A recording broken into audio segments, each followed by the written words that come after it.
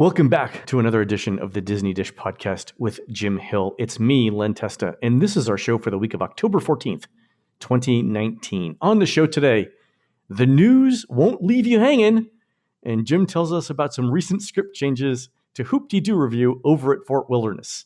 And speaking of Jim, let's bring in the man who, when he gets to hell, will immediately ask about the special place that everyone says is reserved for him there. It's Mr. Jim Hill. Jim, how's it going? I'm fine, Len. And in fact, to be honest, given the number of times that people have misspelled my last name as Jim Hill, I fully anticipate I have mail waiting for me there. That's where my Time Life subscriptions was. There we go. You know, Ed McMahon, I could, in fact, be a winner. It's just all piling up there. Jim, I mentioned hell because it's October, the month of Halloween, and I wanted to tell this story. I was in New York over the weekend. On Friday morning, I was on the train at rush hour when everyone is trying to get to work, and a woman got on at Times Square in full Satan costume. Red everything. Horns, tail, a pitchfork. And the first thing I thought was, you know, dress for the job you want, not the job you have.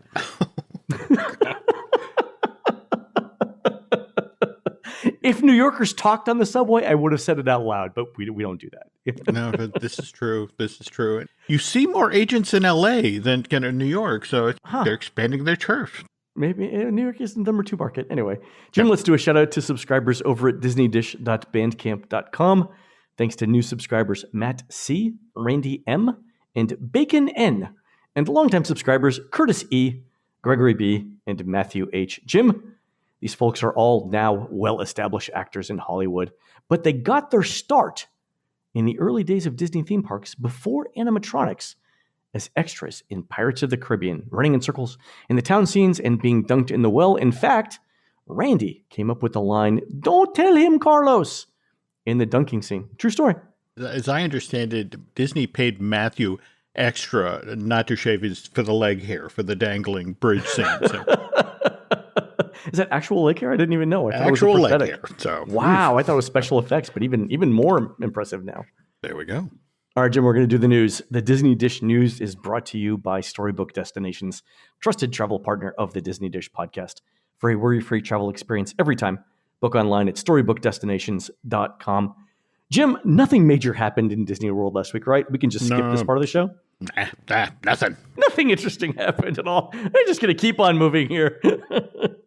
Speaking of keeping moving, or not, yeah, you have a story for us. We had the Skyliner dedicated on September 29. Characters came out, photo op, and it then proceeded to run. And then comes Saturday night in the Riviera Resort Station. Disney does not want this described as an accident. In fact, they reached out to major media outlets and websites that covered it and actually asked those that used the word accident to change that. How did they describe it? It was... They said malfunction. Malfunction? Yes. Snafu, glitch. Unexpected downtime? Incident?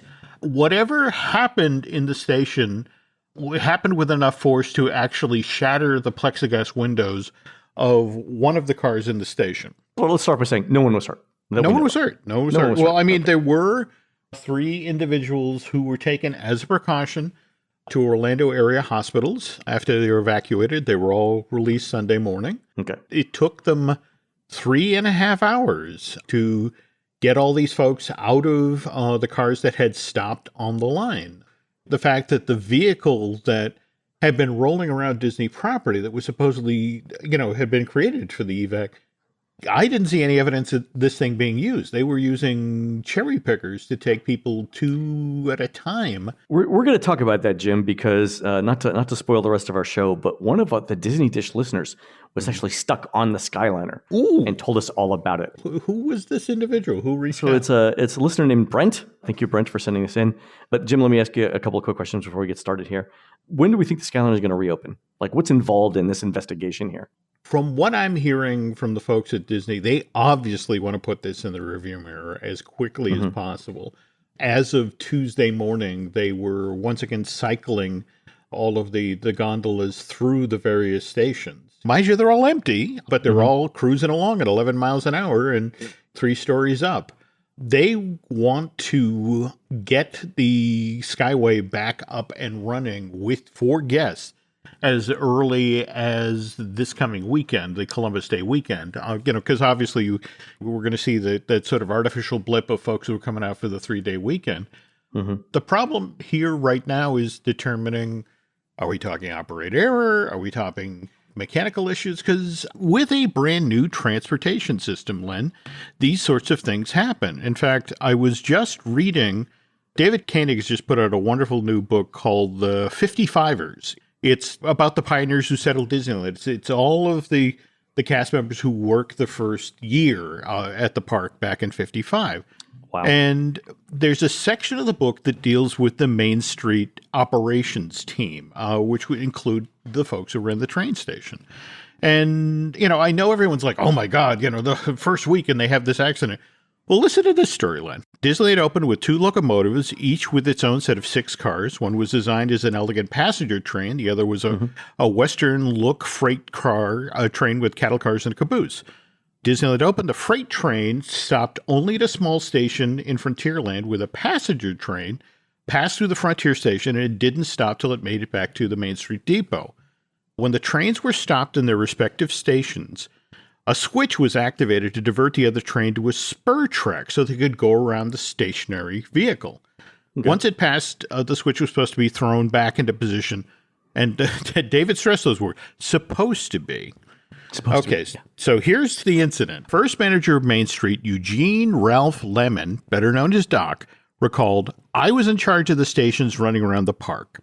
And a few days after we opened, there was a derailment of a train at the Main Street station. Really? Yep. When it came out of the tunnel, on the 15-foot high bridge just before the station, a guy threw the switch between 2 wheels of the rear car. Ooh. And it wound up just leaning out over the entrance of Disneyland with people inside. Looked like it was going to fall, so we hurried and got the thing evacuated and shored up the car. Doc stressed here, it happened the first week while we were still getting things squared away. Lemon assumed they'd dodged catastrophe, but Walt insisted there be consequences for the operator involved. Doc, Walt said, it could have fallen on people and killed them. Yep. So just like, oh my God, the Skyliner, how could this happen? It's like, well, it happened at Disneyland the first week. So yeah, these things happen is what we're saying. Now back to the letter. Let's hear about what it was actually like to be high in the sky. So it's from Brent. Mm-hmm. And I will say this. So Brent not only sent in the letter, but on Touring Plans, we have an app called Minds and has a chat feature. And actually, Brent was giving us minute-by-minute accounts of what was going on in this. It was a riveting Saturday night. I can't tell you how many people were logged in and looking at that, but it was captivating reading. Anyway, here's the email. I'm Brent, a Touring Plan subscriber, dad to 2 twin girls, husband to Jennifer. We're new AP holders and we live in Cincinnati. I also listen to the Disney Dish each Monday, and I love the content. Thank you. Mm-hmm. My family and I were one of the hundreds of people stranded Saturday night on the Skyliner. I thought I'd share our experience. You might enjoy reading about it, as it was both the worst of Disney followed by the best of Disney. So here's the setup. Saturday evening, we were headed to the International Gateway entrance at Epcot to grab some dinner and to give the Skyliner a whirl. He'd researched the Skyliner, listened to the reviews, and thought it sounded fun. Brent says his wife was a bit nervous as she doesn't like enclosed spaces. Nonetheless, we boarded before eating, and that's important, by the way, in the context of this letter. Rode to the Riviera, got off, and got back on the Epcot line. Besides us in the gondola, there were 3 women from New York and husband and wife from northern Orlando. Just before the turn on Buena Vista Drive, near the Speedway gas station, we came to a stop at about 8:10 p.m. The usual message played saying the Skyliner was temporarily stopped and that would be underway shortly. That message played repeatedly for the next 3 hours. And by the way, Brent says that of all of the things that happened, the thing that he could do without ever again is hearing that message for 3 hours. He said that was like one of the worst parts of it. So Brent continues, as you probably know, Saturday night was cool, about 80 degrees or so and a bit breezy. The Skyliner was swaying a bit in the wind. About 45 minutes into the stoppage, my daughter, who can be prone to motion sickness, announced she was about to throw up. I grabbed the emergency kit, opened it, and found a medical waste bag and chemical cold compress. Luckily, she calmed down and didn't get sick. By 9 o'clock, so 50 minutes into this, there were ladder fire trucks and ambulances screaming by and Buena Vista Drive. We saw a ton of flashing lights at Epcot, and one of our gondola mates found the pictures online of the smashed gondolas. So it's like being in the Titanic, I guess, and before social media, but or maybe with social media, and seeing the iceberg, right? Brent writes that 50 minutes in, they had still heard nothing from Disney except a taped message that continued to play every 5 minutes. And Brent says, it's funny how your mind begins to wonder things like, what if the cord is damaged from the accident? Can this thing fall? And Brent continues to say, I knew that Disney had practiced evacuation, so I knew that it was possible it would have to be brought down from a cherry picker. My daughters were fairly upset, and we were busy working to keep them calm. At 9 p.m., Brent writes, I pressed the emergency call button, announced that we didn't have an emergency, but asked if they could please provide more information about the evacuation plan or the continuation plan. The operator answered, stammered, not sure what to say, and then said, we're working to evacuate everyone as quickly as possible. And then Brett says, to my surprise, apparently the emergency call box is like an old-fashioned telephone party line, and that other gondolas can hear the conversation. Several other people responded, asking, what does that mean? And can you tell me what evacuation means? What does that look like? There was no response, and then everything went quiet. Brent writes that he felt he might have induced panic, and he resolved not to use the call box again. So that's interesting. Did you know that the call boxes were all connected, Jim? I did not. Yikes. Okay. Okay, so party line. Didn't know that either. All right, so Brent continues. Shortly after, Disney made an announcement with a real person that basically said the same thing as the pre-recorded message. Now we had 2 announcements alternating every few minutes. At no point was there an announcement that provided any information, no indication that help would be available shortly, nothing. At about 9:45, about 1.5 hours into the incident, Disney finally alerted us to the emergency kit under the seat. We'd obviously been in ours, but I was stunned that it took Disney that long to alert folks to its presence. In the kit were approximately 6 4-ounce bottles of water, 6 or so chemical compress bags. They last about 10 minutes once activated, Brent writes. A plastic whistle, a glow stick, 6 of the medical waste bags, a tiny pencil, and a small pad of paper. So, Jim, let me stop the reading there and point out that there are 10 people in the cabin. There are 6 small bottles of water and 6 compress bags. So the way that I'm looking at this is tough luck, Grandma, if you're on the Skyliner, right? That's what it's going to be Lord of the Flies in there. So Brett writes, at 10 p.m., we had a lovely view of Epcot forever. Our girls settled down and tried to sleep, but the incessant messages, which were very loud, made that difficult. Our gondola mates were fun people who loved Disney, and we had great conversations about our families, and it really helped to pass the time. About 11 p.m. or so, we moved a bit, then we stopped. A few minutes later, we moved and crept very slowly back to the Epcot station, and we were on the ground just before 11:30 p.m. So that's the basics of the incident. But Brent goes on to write, so this was the worst part of Disney. This is the worst of it all.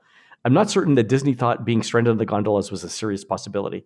I saw pictures of them practicing the rescue, but honestly, the protocol of saying nothing only heightened anxiety. Add social media pictures of smashed gondolas, fire trucks and ambulances beneath you, and I'm sure that some of the folks were really nervous. Disney, and us too, were fortunate in that this incident happened on a cool, breezy Saturday evening.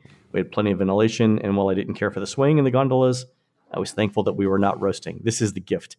I would not ever, and he emphasized ever, want to be in one of those things on a summer afternoon. We were at Disney in late June, one afternoon in Animal Kingdom, and it was 100 degrees, 100-degree weather, plus 3 hours in a stopped gondola, and you have a recipe for some very serious medical emergencies. On a day like that, the supplies in the emergency kit would not be near enough to keep people safe. I don't think Disney can rescue people fast enough. Also, those damn messages every few minutes are torture. So that was the worst of it. I got to say, I agree on some of this. I've heard from other people. A couple of them were doctors, and their big question or concern was this: if you've got diabetes and you take insulin, number one being if you don't have a injection with you for 3 hours, that could potentially be problematic, right? If you don't have insulin or food with you, could be problematic. But the other thing is, and this goes to Brent's point, you're supposed to store insulin in a cool spot. It starts to denature at temperatures like above 90 degrees. I'm not sure that 100 degrees, as Brent says, and insulin would combine very well. So that's an interesting question right there about that. All right, so there's definitely some things to consider long term on that. This is but Brent writes, here's the best of Disney. We were met by Disney officials who quickly assessed us medically, gave us water, directed us to the bathroom, and then interviewed us. We filled out a simple form that provided our name, address, email, phone number, and if we were staying on property, the name of our hotel. Immediately handed $400 in Disney gift cards, 100 for each member of our party, and 2 park hopper passes for each member of our party. Interestingly, on the back of the ticket, it reads, "One-day park hopper evacuation." And I don't know if these were pre-printed or printed just for the occasion. So can you imagine the intern who's like, "Hey, fire up the printer. I've got a job for you." Oh. All right. Brett writes that we were also given a taxi voucher and directions to the beach club to catch a taxi. All in all, I thought the on-the-ground response was very swift, confident, and the compensation fair. But in addition, the next afternoon, about 1 p.m., I got a call from the general manager at the All-Star Movies Resort. We just checked out, and he asked if we'd be willing to meet with him, which I was happy to do. The manager apologized for what happened and that he and Disney management knew it could have been easy to be stuck. He said that Disney had worked through the night to track people down in order to perform some additional customer care. He indicated that we were the only family at any of the All-Star resorts to be stuck on the Skyliner. That's moderately surprising given the number of people there, right? I agree. Yeah. Okay. Anyway, Brent writes, at that point, he indicated that Disney was comping our hotel stay, providing us with $400 in additional cash credit, another $100 for each of us, and had placed 1 additional park hopper on our MDE account. Because the credit card had already been charged and because he was giving us a credit of $400, he handed me cash that totaled our 3-night hotel stay plus the $400. So Jim, so I'm picturing Disney people staying up all night. Number one, hitting every available ATM in Lake Buena Vista,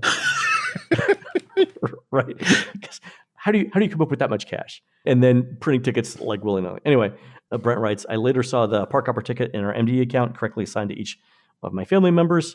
The manager didn't say it, but because we are annual pass holders, but had paid for the not so scary Halloween party, I wonder if the $400 was to compensate for that. And Brent writes, I wish I would have booked the Polly and the deluxe dining plan. There we go. Yeah, you and me both, man. Yeah. So Brent concludes, I thought Disney's customer service recovery was spot on. At no point did I ask for any additional compensation. We love Disney. We'll be back in December. I'm grateful no one was injured. Disney can't take the summer heat issue lightly. He writes, I should also mention that we were just that Saturday discussing DVC as we kicked around it, the idea for a few years. We had so much fun at the party. We decided to investigate purchasing at the Riviera, in part because of the discount and in part because of the Skyliner. But I wouldn't buy Riviera now for a couple of reasons, and the Skyliner is one of them.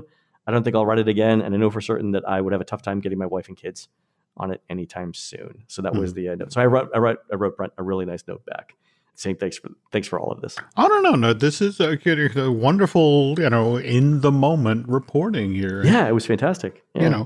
Interesting that he brings up the Riviera Resort Station, because in talking with folks at Disney, it's kind of interesting that this incident happened at the Riviera Resort Station. And the belief is the hotel there isn't open. The guests who are staying at the Caribbean, a beach resort, have to hike over. From Aruba, yeah. It's actually not a long hike. I mean, the buildings are fairly close. Okay. But the thinking is the sort of experience that the folks at, say, the Hollywood Studios end or the Epcot end, or for that matter, the Art of Animation and Pop Century Station, just because of the larger amounts of people coming into the station, they had that much more experience. It's intriguing to me, and again, to the folks at Disney, that this happened at the Riviera Station. The least trafficked of the stations so far. There we go. Maybe something to look at. Anyway, so that was that. Thank you, Brent, for sending that in. I love the, like I said, the moment by moment stuff that happened on Lines Chat too. That was fantastic. It looks like once Brent said, once everyone was on the ground, Disney handled it pretty well. I do think there are some things that Disney needs to think about, especially again if this happened during a midsummer day. No, I agree. Things could have been slightly different. So, but again, I think those are relatively straightforward changes to make, and I'm sure Disney will take every available precaution on that. So learning lesson for everyone. Glad that no one got hurt. Seriously. True. Same thing here. All right, Jim, a couple of other things happened last week. I visited the Epcot experience at the Odyssey last week, Jim. This is the preview center, if you will, for the changes coming to Epcot. It's the same as the Epcot booth that was at D23. The way that it works is this. You enter a round room. There's a model of Spaceship Earth in the middle that's elevated. But the walls are one big 360-degree seamless movie screen. And I'm reasonably sure this is a demo of the 360-degree films coming to Canada. Oh, absolutely. China, right? Yeah. The fact that it looked as good as it does, just going to be fascinating to see when we finally get to see the new Canada and the China show. Yeah, the projections were very good too. So we know everything that's coming to Epcot, but even so, it's still a good presentation to be in the Epcot experience. Being surrounded by the video with really good audio is definitely different than watching it on a computer or from your iPad or your phone or whatever, regardless of whether you agree what's happening in Epcot, right? The end of the presentation is kind of puzzling, and here's why. The last thing that they mention before the presentation ends is the Mary Poppins attraction that's coming to the UK Pavilion. So there's a projection of a modified United Kingdom street scene. The season appears to be autumn because a bunch of fall leaves swoop up and around, and they're very colorful. And then we see Mary Poppins flying by, and then the film ends. Mary Poppins Attractions is coming, and then they show a scene, and there's no discussion of what the attraction is, Jim. Nothing at all. It's just, hey, we're building a Mary Poppins thing. The end. Jim, are we any closer to knowing what's going to be built here? When the money became available to do this, they literally pivoted and it's like, what exactly are we doing? Because we had the plan where we had 17 Cherry Tree Lane and the park across the way, and now the artwork that they were using for the D23 presentation of the Cherry Tree Lane, that was for the UK version of Anna and Elsa's Summerhouse. The notion was that you stepped into the Banks' home, and then in much the same way as the Summerhouse works, there are 3 separate rooms, 3 different sets of Anna's and Elsa's. There would be at least 2 different rooms. You could have a meet and greet with Mary Poppins and Jack. The room would be tricked up with a couple of the classic Mary Poppins illusions. She'd be able to reach into her carpet bag in front of you and pull out an oversized thing, and there'd be magical creatures that would appear in the window and that sort of thing. But now the notion is, well, we set attraction. Doesn't that mean a ride? That's why you get that sort of blinding field of cherry tree blossoms that come up on the screen, and they're still working out a budget. They're still working out a site plan. They have turned to the folks who are operating World Showplace and, hey, can we have a teeny tiny corner of... No, because they have events booked out as far as 2025. And it's just sort of like, no, we have events. Figure out some other way for Mary and Jack to meet with people. So there's going to be a little turf war going on, a literal turf war going on there. That's going to be funny. Yeah, so Mary may be opening pretty late in 2021. And it'll make it for the 50th, but don't necessarily count on being able to walk in the front door January 1st. Yeah. What is 50, Jim? Just a number, right? There we go. 50 is the new 51, as far as I can tell. And remember, when Disneyland had its 50th anniversary, it started May 5th, 2005, and continued all the way to September 30th, 2006. So that's the sort of anniversary it spanned 2 fiscal years. There we go. So Mary Poppins, or whatever they're building there, late 2021, possibly 2022. All right. Jim, speaking of other things that are coming up, last week Disney Cruise Line released a promo video for its next ship, the Disney Wish. There were only a couple of new things in the video. There was some concept art for the atrium, which shows the usual spiral staircase that you get on Disney Cruise Lines, and then a new ornate chandelier. Again, fairly standard for Disney ships, but the chandelier looks to be much larger than the current ships. The thing that got my attention, Jim, was the exterior renderings of the ship. One of them shows midship staterooms that bulge out of the sides of the ship, and the current lineup of Disney ships don't do that. So I went over... It's like a minute 45 promotional film. Jim, I went through it second by second like it was the Kennedy assassination Zapruder film. Yeah. I had my computer screen open with multiple images of the current Disney ships from multiple angles, right? And where Scott and I are on the phone going through this, trying to figure out, like, is this rendering true? And if it's true, what does it mean? So the first thing that Scott said was that the bulges in the sides of the ship, it happens right around the smokestacks. So basically where the stairwells and the atrium are on the ship. And Scott Sanders from the Disney Cruise Line blog says this might be to make more space available in the atriums for public functions. And that kind of makes sense given the number of activities that take place there throughout the day, especially if the weather's bad or at night, right? More things happen inside. Totally makes sense. But it might also be for larger rooms. So we already know that the Triton class of ships, which is this newest class, are slightly wider than the Dream and the Fantasy. And Disney said that the Wish will accommodate about the same number of passengers as the existing ships, around 1,250 guest rooms. And so from research, I know that the Disney concierge rooms go for top dollar, and they sell out very fast. But here's the second reason why I think we're looking at more concierge rooms. The other thing that Scott and I noticed was, as we were comparing these photos, is that the new Wish ship appears to have one or two more forward decks than the Dream. And these are above the pool deck, so they're not for the spa. It would make sense, though, to have these two mini decks as additional concierge rooms because they'd have direct access to the concierge sun deck and the pool. So if you notice on the renderings, the front of the ship is taller on the Wish than the Dream and the Fantasy, but two decks. My guess is that those are concierge rooms. Jim, any thoughts on this? Disney never operates in a vacuum. And if you look at what the other major cruise lines have done, the atrium thing is spot on. Though Disney takes great pride in the fact that the ships in their fleet do not look like milk boxes. They're not that big square shape that you need to accommodate, oversized atriums and that sort of thing. So I'm kind of intrigued by the attempt to keep the classic line, the cruise line of the 20s and the 30s, and yet then still create space for additional concierge rooms and these atriums. It's interesting you bring up the arrival space, or how you come on the boat and the space there with the giant chandelier, because that seemed lighter, less, classically grounded than what we've seen for the Disney ships previously. They're trying to keep the classic look and line, but at the same time understand that this is not the Disney Cruise Line, that launched in 97, 98. It's not the cruise line from 20 years ago. Yeah. Yeah. You have this entire group of people who have gone on Disney cruises beforehand and loved it, but also have, I can't remember the survey you talked about, a couple of months ago about, what technologies people now expected to have in their rooms. So it's how to be modern, how to create what people expect from a modern cruise experience, but at the same time, how to still be classic and how to still be Disney. Yeah, we should start to know more next year as the itineraries are announced, because they'll have to give more information about the staterooms when you start booking those, right? Once you announce the itineraries.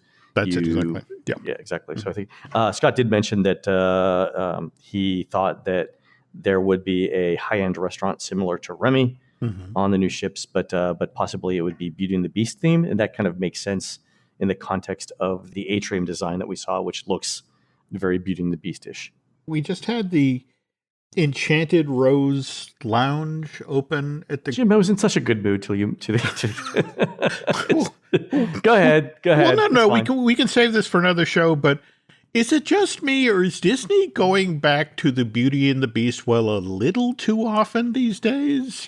I mean, it's the right time for millennials who are nostalgic for that film. The thing that drives me crazy about the Enchanted Rose is it's a French-themed bar in a Victorian, Florida-themed hotel. But if you look inside the bar, it's got mid-century modern furniture. Like, what are we going for here in terms of design? What's the theme?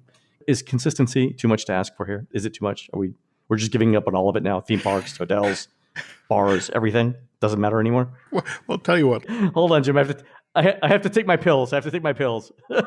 Sorry, didn't mean to poke the bear there. Okay. All right, I'm going to take my nitroglycerin tablets. We're going to take a quick commercial break. When we come back, Jim's going to talk about the Hoop-Dee-Doo review. We'll be right back. Introducing Meta Ray-Ban Display, the world's most advanced AI glasses. With a full color display built into the lens of the glasses, it's there when you need it and gone when you don't. Send and receive messages, translate or caption live conversations, collaborate with Meta AI, and more. Be one of the first to try Meta Ray-Ban Display. Visit meta.com/Meta Ray-Ban Display to book a demo and find your pair. This episode is brought to you by LinkedIn. Psst, healthcare pros, word's out, and it's too good to keep quiet. Look, LinkedIn is revolutionizing job hunting, making it possible to search by specialty, shift preference, and salary. Endless scrolling is out. Whether it's a mental health therapist or dental hygienist, finding the perfect role is faster and easier than ever. Head to linkedin.com/healthcare and start your search today. All right, Jim is here to talk us about some script changes that have happened over at the Hoop-Dee-Doo Revue. Jim, I was listening to the soundtrack for this the other day, including all the corny jokes that go along with it. Mm-hmm. Like, dancers run in my family. That's really good because they sure can't dance. Corny jokes like that. I love this show for the endless run of bear jokes. My next of skin. That's what's kind of killing me about the news that's coming out about the Hoop-Dee-Doo Revue. All right. Because when Pioneer Hall actually opened, the whole notion was, okay, so, we got this space here and we'll give nature lectures, and guess what? Like, no, I'm not doing that. I'm not going in there on my Disney World vacation and watch true life adventure film. Right. I'm going to be over the park. So they opened this thing April 1st, 1974. By June 30th, the very first presentation of Hoop-Dee-Doo is in that space, and it's using kids from the college program. So that's 2 months they pulled this entire show up out of the ground. It's just these 6 kids from the college program. And in fact, I remember talking with Gary Goddard, who was part of the original opening cast of this thing, and he said, boy, the version that the college program, I wish you could have seen that, because we were totally off the wall. I mean, at one point, 6 bits actually jumped from the second floor down to the stage. And it was just this loose, funny, crazy show. Gary described the first couple of shows where they had to physically go around to the campsite saying, hey, we're doing a show. You want to come? And, they only filled like 6 tables. But the 6 tables went out and talked to everybody else in the campsite. Like, oh my God, we just saw this amazing show. Yeah. And so the next show they had 7 tables filled. And by the end of the summer, they were filling the hall at least twice a night. And unfortunately, all the college kids had to go home. And so they pivoted and hired all these folks from Equity to come in and learn the show. And one of the first things, like, yeah, I'm not jumping from the second stage. That's I don't want my souvenir for working at Disney to be a truss. But this show that they slapped together with all of these loose, funny bits basically played forever until we got into roughly 2010 or thereabouts. And then, for lack of a better term, the show started to be nibbled to death by ducks. The show came together so quickly. The Hoop-Dee-Doo theme song was actually a song that Perry Como had performed back in 1950. And so it was written by Milt DeLugg and Frank Lesser. So Milt DeLugg actually comes to Walt Disney World and sees the show in 2010 or thereabouts, and is delighted that this song that he wrote has found new life in a Disney show. I mean, they tweaked the lyrics a little bit, but it's basically the same song that Perry Como performed. And he mentions it casually to Frank Lesser's widow, who kind of loses her mind, like, what? This is the thing that's been presented 10,000 times? And did they license the right to that music? And that's it exactly. That the Lesser family hires a lawyer. They reach out to the Disney company and go, hi, did you guys ever license that? And it's like, look back, it's like, I don't think we did. And so they had to pay the Lesser family a pretty sizable check. And then they wrote a brand new theme song that's much in the style of the Perry Como song, but is entirely Disney owned. And so that was the first change. And then after the Polish shooting in 2016, this is a sort of, a Wild West show. They come in by stagecoach, and there were guns used in the show, but they were always, clearly pop guns and toy rifles and pistols and that sort of thing. Those immediately got cut from the show. Makes sense in the context, right? Yeah. And about the same time, especially in the Davy Crockett sequence, the thinking was like, wow, there's that moment where they bring his faithful Indian scout on stage, and it's like, suddenly that seems offensive to the indigenous people, the folks from the First Nations. And it's like, maybe, so Indian Scout suddenly becomes a Wilderness Scout, and the Indian headdresses that are featured in other parts of the show, those disappear. But if you're a Disney performer and you're going on stage these days, coming on stage, coming off stage, you encounter a brand new Disney standards and practices placard. Really? Yeah, that basically says to the effect of don't be too familiar with the audience. Now, some of it obviously makes sense. No double entendres, that sort of thing. Yeah. But with a show like Hoop-Dee-Doo, think about how much of that show is done on the floor of Pioneer Hall. Performers moving from table to table. I mean, for example, the state song, just gathering the information about, all right, who's from what state so I can then sing about this. Right. But Disney's lawyers have kind of stepped into the space, and it's like, I don't know as we're comfortable with you doing that anymore, being overly familiar, making fun of people in the audience and that sort of thing. Maybe we need to push that back. And the performers who were, and the longtime techs at Pioneer Hall can't help but think, does this have anything to do with Reflections? Here's this, it's 900-room mixed-use resort that's being built basically right behind Pioneer Hall, where they're trying to bring in DVC folks and other hotel guests, and it's sort of a more sophisticated spin on spending your time at Fort Wilderness. And the notion is, are you guys cleaning this show up out of concern about who's coming through the door here in 2002 or 2022? Wow. The fact that half the fun of this show is that it's corny. It's not meant to be sophisticated.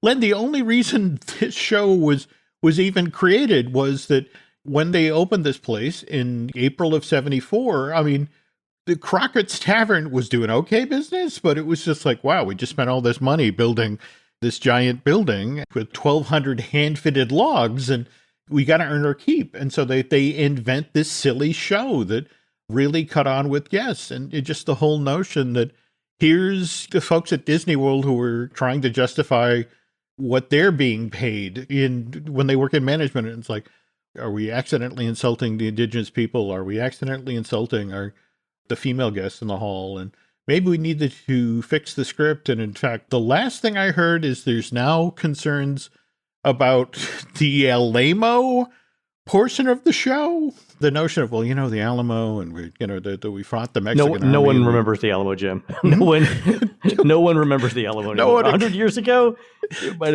have been a different script. Right now, it's you can make all the fun you want of the French and Indian War. That's all I'm saying. That may be the joke the next time you get in there, Len. You know what? We invaded Canada. Why don't we do a song about that?